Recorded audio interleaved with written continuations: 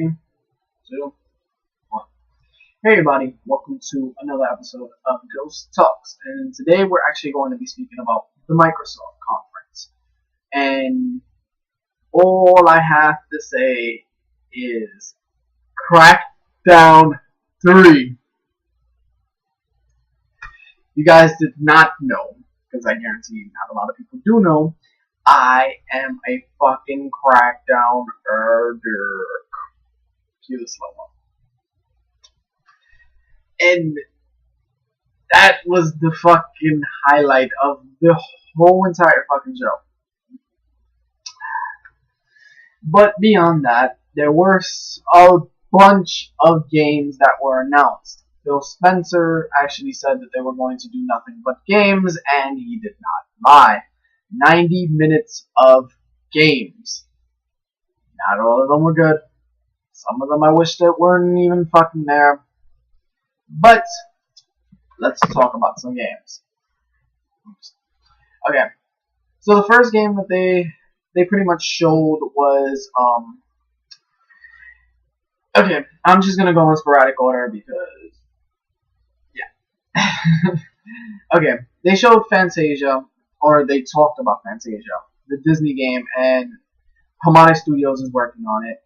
And they were like, yeah, it's going to be available at the eShop for the Xbox One and the 360, which I don't mind, but I kind of wish that the 360 would just go the way of the dinosaurs and not fucking be mentioned at E3 at all. I'm just getting that out there. 360, I don't want it to be mentioned. The same with the PlayStation 3. I did not want E3 to be mentioned about any one of those consoles. Again, so for the rest of this video, I'm not going to mention it. Okay, and then we had Dance Central, which is going to get a downloadable title, and I don't fucking trust it. Apparently, it's going to be 8 songs, and then whatever downloadable songs that you got from the other previous ones will be added into here. But I kind of wish that it was the previous songs from all the other games were thrown into this one. As an incentive of, hey, you bought all these, and you actually purchased them. So since you bought them, launch title, day 1, bring them over to here, and I'd have been perfectly fine with that. But other than that, I really can't complain. Then we got Project Spark. We got some more information about Project Spark, which I was very, very, very, very, very excited about. And when they first showed it, it was fucking phenomenal. It was like Little Big Planet, but I would say a lot better, because you get to play as this one character, or now you get to play with co-op, and you get to run through everyone's levels, and it doesn't matter what it is. It's like a Disney Infinity where the worlds are fucking infinite. I can be like, hey, I want to fight this giant ogre and have him rise up from the dead like an Ifutep and beat the shit out of me, and I gotta actually fight him. That's cool. You know, it's Dungeons and Dragons without knowing how to play Dungeons and Dragons, if that's the best way to say it. Then we had the surprise about Project Spark, which I fucking didn't like at all. I'm just gonna say this straight up, I did not fucking like it. So Project Spark's logo appears, and then we get a whole bunch of animals running, and one particular bad mouse squirrel, Conker, decides to pop up. He takes the chainsaw, cuts it in. He's like, it's been 10 years and I haven't had a game. Time to make one. And Conker is confirmed for Project Spark. That is the fucking worst thing they could have done. The absolute fucking worst thing they could have done. It's been 10 years that we have no game from him. Rare they're not using for anything other than Kinect games. Don't put fucking other IPs in this game. You could have done a lot with that. But Conker? For that, you should have just fucking put Banjo-Kazooie, because it would have made more sense. Like, it seems like a children's game, but then you're gonna put Conker with all this bad mouth, this bad language. So, from what I get from it, they're gonna put him into the game, and I guarantee they're gonna take his sense of humor out of the game. Because Project Spark really seems like a little kid game. And having Conker, it's just fucking stupid. Okay. Then we had the Halo collection. 1, 2, 3, 4. All four, one disc. Everything unlocked. 4,000 gamer score or 40,000 gamer score. It's one of those. It's 4 times the gamer score than you would normally get from a video game. And everything's unlocked in the original engines, just updated, put on one disc. You can play any one of them that you want in any order, or you can run through it as one game. But all the online stuff is intact the original way that it was put into there. Even the multiplayer, I have to admit, was fucking impressive.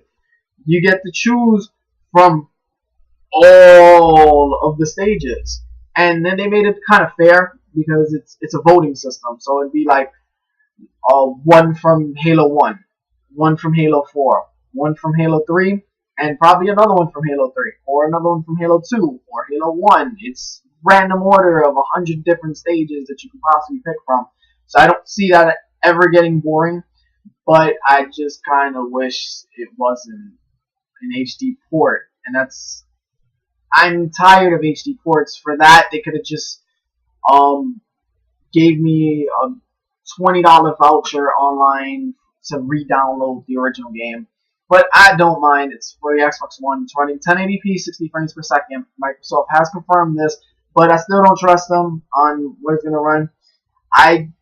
As a game developer, I kind of figured that it will run at this frame rate just because it is older games and it's putting on a higher game console. But I kind of don't see that happening because of the graphic power and just the Xbox One in general. Okay, then we got some news on Dragon Age, and I am a very, very happy camper. Dragon Age 1, I really fell in love with, and I didn't get it the day that it came out because to me, it didn't seem appealing. I got it when it came with that bundle where it was the first game and the DLC. I got it for the PlayStation 3. And I started playing it, and I was like, oh, this is really fucking fun. Like, this is Skyrim without all the stupidness of, what is it, Oblivion. I bought it the same day as Oblivion because I wanted to try Elder Scrolls, and I was like, yo, I like Dragon Age a lot more than I like Oblivion, because Oblivion, I didn't understand anything that was going on in there. Later on, I played Skyrim, and I got the gist of it, and I got a lot better, but Oblivion I didn't like at all. And for Dragon Age, I really fell in love with it. And they showcase, like, this is Dragon Age on, like, crack. You get to play with your 4 characters like you do in that one, but it's not like Dragon Age 2, which I really didn't get to play so much. But it goes back to the mechanics of just part 1, but more, I would say, like, more freedom for you to fight, like it was Skyrim, in a way, which I am fucking in love with this, with this concept, just for the fact that I get to do whatever the fuck I want. This is what games need to be about, where I can go wherever the hell I want, and I can do whatever the fuck I want. If I want to fight a goddamn dragon, I want to fight the goddamn dragon. If I want to walk by him, I can walk by him. But it just, oh my god, I fucking love that.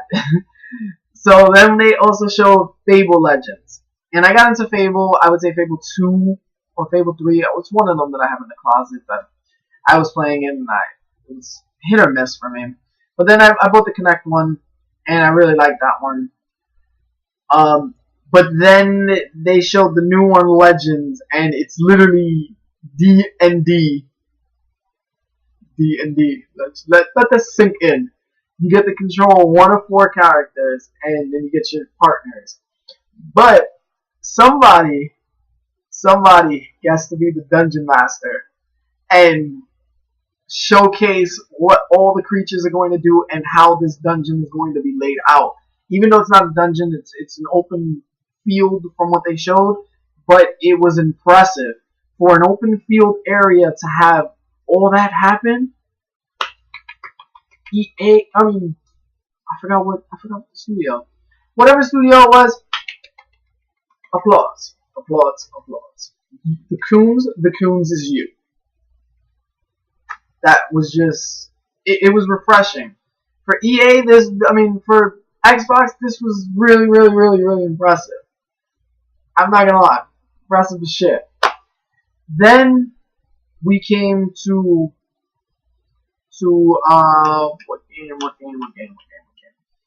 I'm not gonna lie, I skipped over the Halo 5 trailer because I already had saw it, and something about it just I'm not excited for it yet until I see something bigger than that. Then after that, we got to see a couple more games, but I don't remember what game. Okay, we got to actually see this new game from Platinum. And if you guys don't know, I'm a fucking Platinum-aholic. I'm in love with Platinum.